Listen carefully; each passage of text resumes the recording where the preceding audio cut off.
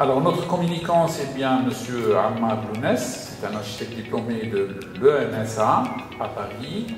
Il a eu un geste d'or et un geste d'argent en 2022 et 2023. Et j'espère bien qu'il nous donne des nouveautés sur ce sujet-là. Salam alaikum, Azouf Lawan, bonjour. C'est toujours plein d'émotions hein, quand on prend la parole face à ses pairs, face à des gens qui nous écoutent. Et je voudrais vraiment ne pas vous décevoir. Je traite un sujet assez long parce que microclimat est habitable. C'est presque de la littérature, mais c'est pas de la littérature. C'est des sciences, c'est pas des sciences. Et c'est une sensation. Et une sensation que j'ai connue moi enfant. Et qu'est-ce que c'est qu'un microclimat? Même au sein d'une maison, on habite différemment un espace. Alors je ne sais pas, pour ceux qui habitent en ville, si je vous dis une maison avec un wastadar, on migre dans la journée d'un espace vers un autre. Si l'architecte ne fait que répéter un geste, parce que j'ai jamais su expliquer, ni à ma mère, ni à mon père, ni à toutes les femmes de mon village, ce que je fais comme métier. Alors pour prendre des raccourcis, je dis, la massouf. Mais il est parti faire des études et très loin, c'est-à-dire en France. Alors certains me disent, mais il y a plein de maçons au village, il a fallu rester ici, pourquoi migrer autant, faire des distances pour revenir avec un diplôme qui a... Enfin, en réalité, pas de diplôme, quoi. Mais l'architecte, il sait des choses, il les questionne, parce que c'est tellement logique. Alors quand on tente d'expliquer quelque chose qu'on sait, on peine vraiment à expliquer. C'est ce que j'ai appris dans mon parcours scientifique, parce que j'ai fait des maths avant de faire l'architecture. Dans la logique mathématique, on ne sait jamais. D'ailleurs, je ne sais pas pour ceux qui ont fait des maths, un des premiers chapitres sur la logique. Et bien, comment expliquer x égale à x carré, je ne sais pas quoi. Et ben, quelles que soient les tentatives qu'on fait, on rate. Donc j'ai appris par les mathématiques que les choses simples nécessitent une explication plus complexe. Donc on fait une espèce de boucle. Comment trouver les mots, l'expression pour dire plus justement et le plus précisément, sans appauvrir par le langage, parce que moi je me fie à certains mots. Quand je l'entends, je sais exactement ce que c'est. Et en France, quand j'étais étudiant, j'écoutais certaines conférences d'architectes et je sortais, mais j'étais vraiment, je me suis dit, mais c'est pas possible, c'est pas un domaine qui est fait pour moi. Donc il y a tellement de jargon, et à partir du moment où on donne des mots savants à des choses qui sont simples, et ben on s'éloigne vraiment des autres. Donc j'essaie vraiment d'être simple. Je fais ça en guise de remerciement. Alors je cite une phrase d'un philosophe français qui s'appelle Jean Guiton. Dans son livre « Apprendre à vivre et à penser », il écrivait ceci. « Tout homme qui dépasse le milieu de sa vie, j'ai 52 ans, je suis au milieu j'espère, je mourrai à 104, dans chaque office et dans chaque métier, devrait dire à voix basse, devant quelques amis, vous êtes là, ce qu'il a reçu de ses maîtres et ce que son expérience lui a permis d'ajouter. Alors, plus qu'un devoir pour moi, ce moment que nous partageons ensemble répond au besoin d'exprimer ma reconnaissance et de transmettre ce que j'ai reçu avec la plus grande sincérité et la plus grande attention. Je suis un enfant d'Algérie, j'ai fait mes études en Algérie, j'étais dans un petit village, j'ai fait mon école primaire, j'ai fait l'internat pendant 7 ans, au collège et au lycée.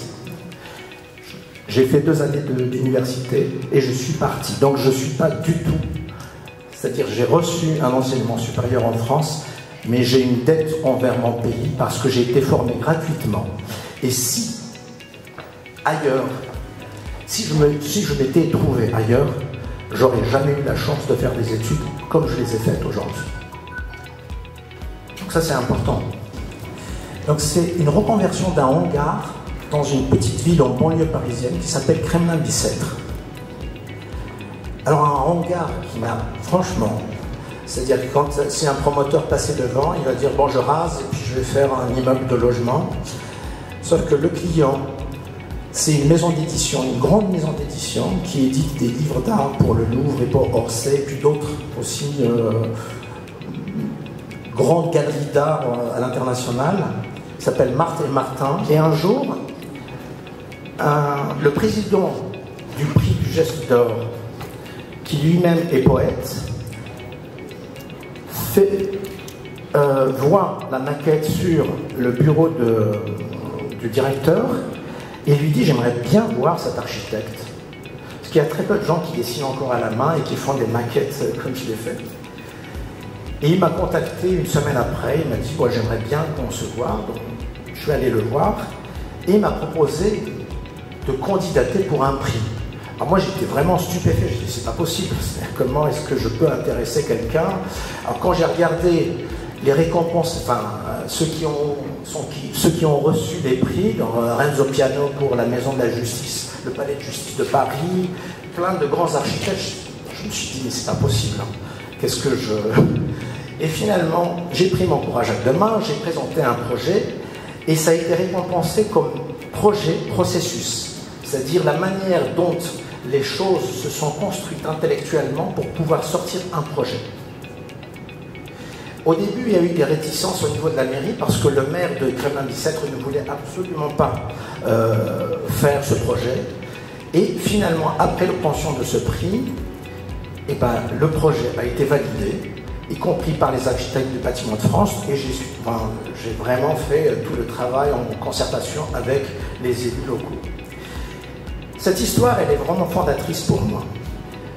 Juste l'année d'après, et quand on a vu que je fais aussi des projets en réalisation, et on m'a demandé de candidater pour voir ce que je fais réellement.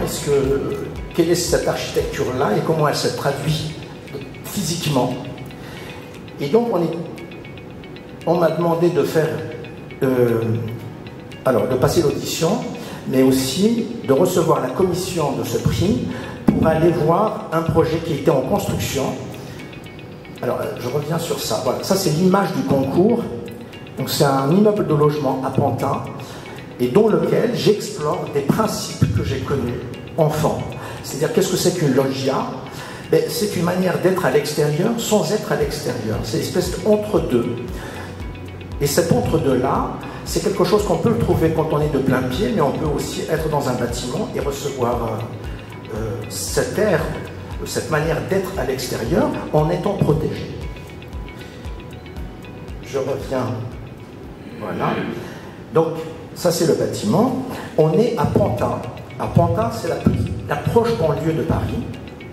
Pour ceux qui connaissent, c'est vers Porte de la Villette. Porte de Pantin, c'est vraiment la limite. Et qui devient aujourd'hui le lieu de villégiature des Parisiens. Donc en gros, Paris est tellement saturé, et puis elle applique la loi de Malthus, parce qu'on ne peut pas se loger à Paris, les coûts sont tellement exorbitants, donc on va chercher en proche banlieue. C'est ce qui se fait à Alger aussi, hein, dans toutes les capitales malheureusement.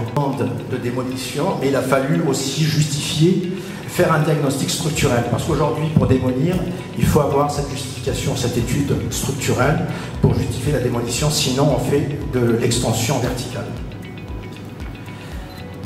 Les intérieurs. Alors on est sur du logement avec un coût très maîtrisé. C'est quasiment le coût du logement social, mais en dessous du logement social. Le logement social aussi en France se fait à 1700 voire 1800 € le mètre carré, et sur cette opération on est à 1600 €. Alors je suis mes chantiers, donc moi j'ai pas un intermédiaire, donc je dessine et puis on exécute. Voilà, donc la qualité, c'est sur cette qualité-là que le projet a été récompensé. Donc il y a une réflexion sur la notion d'habitat. Alors, vous m'entendrez jamais dire logement, hein, parce que logement nous renvoie à des loges. C'est les loges des lutteurs romains, qui étaient vraiment un espace dans lequel le corps est assigné. Donc j'ai éliminé ça de ma terminologie. Je préfère habitat, et habitat vient du verbe latin habire, qui veut dire avoir son corps. Donc je préfère vraiment que le corps soit engagé dans l'espace. Répondre à un concours. Et je suis arrivé 5e, l'équipe qui a été lauréate des 8 derniers. Mais bon, c'est vraiment des choses vraiment infime, quoi. Mais ça faisait quand même plaisir et j'ai travaillé. Ça, c'est un projet d'un village touristique à Gijel. Là, pareil, la réflexion consistait en une compréhension de ce que c'est qu'un tourisme. Alors, le premier, c'est la Ouana et le deuxième, à Douane. Je crois que ça s'appelle anciennement Casino. Et là, on est sur une espèce de linéaire qui est compris entre une voie de circulation intense et le bord de mer. Donc j'ai travaillé sur une petite épaisseur. Là, les typologies, c'est un hôtel et un appart-hôtel. J'ai travaillé plus en relation avec l'eau et j'ai exploré la métaphore de la vague. Donc au niveau du sol, ce que vous voyez en contrebas, c'est comme si une fois que l'eau se retire, il laisse une empreinte. Et donc j'ai exploré ces empreintes-là. Alors ça, c'est un immeuble, c'est un centre de vacances pour les pompiers de Paris, acheté par un privé pour en faire un hôtel 4 étoiles. Et ça donne ça. Donc la question de la rénovation, elle est aussi importante, et c'est vraiment le cœur de notre métier.